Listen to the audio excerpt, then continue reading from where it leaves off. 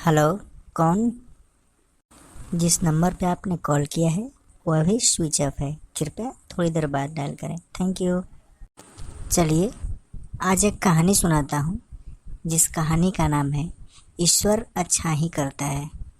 यह कहानी अपने आप में बिल्कुल लाजवाब है, इसलिए इसे अंत तक सुने। बीरबल एक ईमानदार तथा धर्मप्रिय व्यक्ति था। वह प्रतिदिन भगवान की आराधना बिना नागा किया करता था। इससे उसे नैतिक व मानसिक बल प्राप्त होता था। वह अक्सर कहा करता था कि ईश्वर जो कुछ भी करता है मनुष्य के भले के लिए ही करता है। कभी कभी हमें ऐसा लगता है कि ईश्वर हम पर कृपा दृष्टि नहीं रखता, लेकिन सच में ऐसा होता नहीं। कभी कभी तो उसके वरदान को भी लोग साफ समझने की भूल कर बैठते हैं। वह हमको थोड़ी पीड़ा इसलिए देता है ताकि बड़ी पीड़ा से बच सकें। एक दरबारी को बीरबल की ऐसी बात पसंद न आती थी। एक दिन वही दरबारी दरबार में बीरबल को संबोधित करते हुए बोला, देखो ईश्वर ने मेरे साथ क्या किया।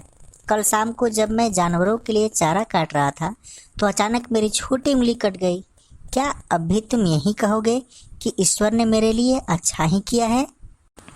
कुछ देर चुप रहने के बाद बीरबल ने बोला, मेरा अब भी यही विश्वास है, क्योंकि ईश्वर जो कुछ भी करता है मनुष्य के भले के लिए ही करता है। यह सुनकर वह दरबारी नाराज हो गया कि मेरी तो उंगली कट गई और बीरबल को इसमें भी अच्छाई नजर आ रही है। मेरा पीड़ा तो जैसे कुछ भी नहीं।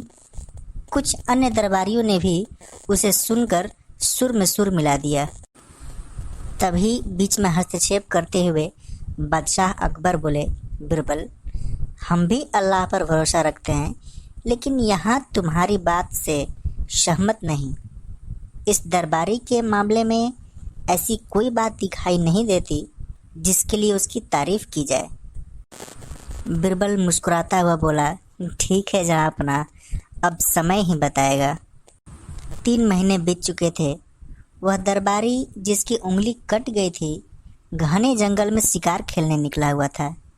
एक हिरण का पीछा करते करते वह जाकर आदिवासियों के हाथ में जा पड़ा।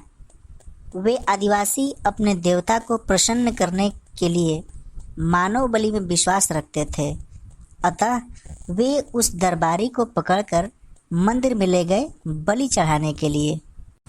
लेकिन जब पुजारी ने उसके शरीर का निरीक्षण किया तो हाथ की एक उंगली कम पाई। नहीं, इस आदमी को बलि नहीं दी जा सकती, ऐसा मंदिर का पुजारी बोला।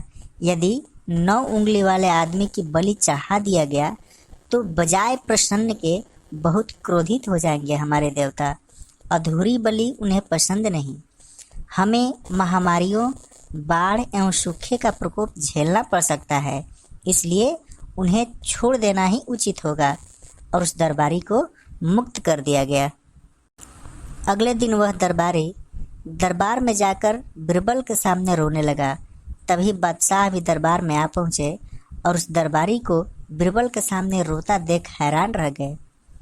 तुम्हें क्या हुआ, रो क्यों रहे हो? अकबर ने ऐसा कहा। जवाब में दरबारी ने अपनी आप बीती विस्तार से सुनाई डाली। वह बोला, अब मुझे विश्वास हो गया है कि ईश्वर जो कुछ भी करता है मनुष्य के भले के लिए ही करता है। अगर मेरी उंगली नहीं कटी होती तो आज वो लोग मेरी बलि चढ़ा ही देते। बीरबल के ईश्वर पर विश्वास को संदेह की दृष्टि से देखना मेरी भूल थी।